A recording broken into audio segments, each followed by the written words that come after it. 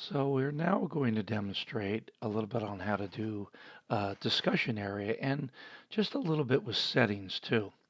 So before I change anything in the discussion area, I'm going to scroll all the way down to this uh, settings area. I'm going to click on settings. And I want to point out there's a number of things here you can familiarize yourself with, but I want to go to navigation area, this tab up here. So you don't need to show students all these things you're seeing unless you need them to be seen. So if you don't need something in view, you can drag it out of view. For instance, I'm going to start down here, and there's a whole bunch of stuff I don't really want. I'm going to take the browser down, Adobe Creative Cloud I don't need. You do it. I'm going to just take all these tools out that I don't want to use. So I'm going to do the rest when the video is paused. So I moved a bunch when I paused the video. I moved most of them down there, and I kind of just left home, announcements, assignments, discussions, grades, syllabus, and quizzes. So I likely would move, I just drag and I move the syllabus into a position there, and actually I probably would have announcements be number 2. And then maybe discussions, assignments, grades, quizzes would be in there as well. And modules can be very important as well. In fact, I'm going to put that right under syllabuses. So I'm now going to just save that. I'm going to go down here and I'm going to click on save. So now, while I still see all of this stuff here because I'm an instructor and I have the rights to modify this course, if I go back to the home button here and now I click on this button here called Student View, I can click on that and I can see here, all I see now is home, syllabus, discussions, and grades. Now I want them to see announcements and quizzes, but I haven't created any announcements and quizzes. So I not only have to create them, I have to publish them. Remember how with the home page we had to publish it so a student could see.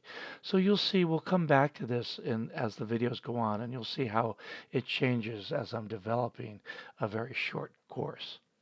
So I'm going to leave the student view here and go back to my view. I'm the creator of this course.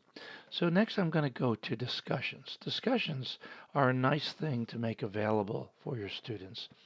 And so they can talk to each other, but they don't have to meet at the same time like you do in a Zoom room. Here you can set up a threaded discussion board and they can talk, and you can even make it graded. So there's pinned discussions that'll always appear at the top, and then there's discussions, the area that where things can move up and down. But let's just create a new discussion. So I'm going to go over here and see plus discussion, which means add a discussion. So I click on that, and I'm put into this window. So I make up some sort of topic. What is it we're going to discuss? And go, it's I have here, it's a whole new world. Say I want to talk about the pandemic.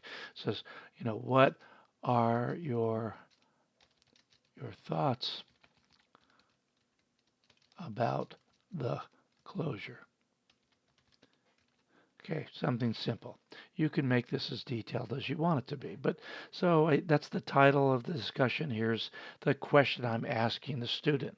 Now I can scroll down here and we can make this graded. Well, first of all, I want it to be threaded. I recommend that. It's sometimes can handy to make sure that a student, that's a user, makes a post before they see the replies of others. So you maybe don't want them borrowing language from somebody else. Now, I also want to make this graded. You don't have to, but I recommend it. So once they make it graded, there's some things open up for me down here.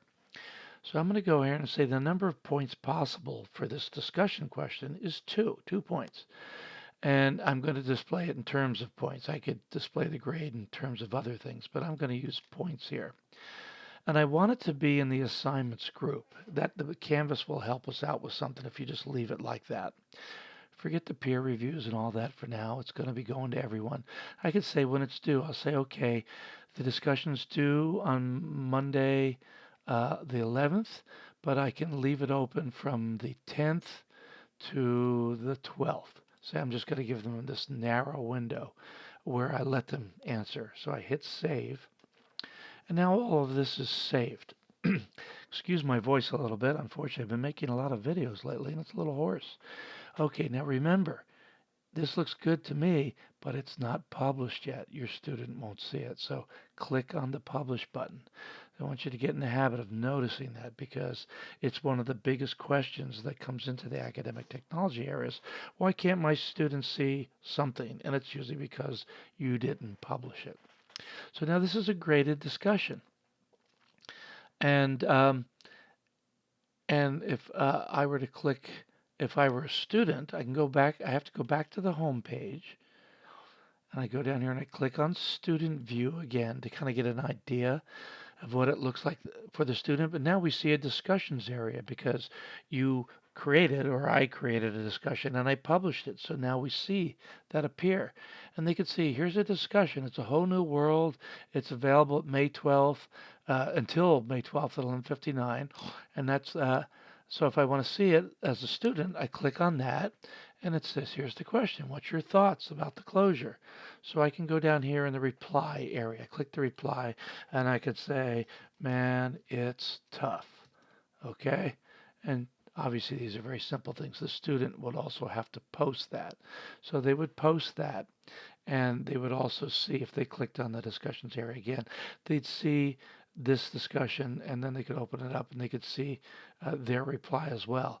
In fact, if you back at the discussions, you'll see here that there's zeros that are unread. There's one reply and they read them. So if I leave the student view and we're back to being an instructor again, when you look at discussions, you'll see theirs, but you'll see the whole board as well, and you'll see how many. You'll see that one has been published by a student, but you haven't yet read it. It's read, that means one that you haven't looked at. So you could go in there and look at it. Okay, so that's just a simple graded discussion. And again, I want you to remember, my goal here is not to turn you into a Canvas expert. My goal is to let you see something about Canvas that's in a certain area, and then you can go ahead and take the real training that the ATRC, Academic Technology, offers.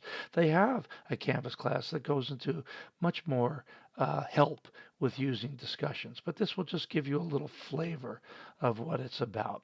Okay, so I'm going to end this video now.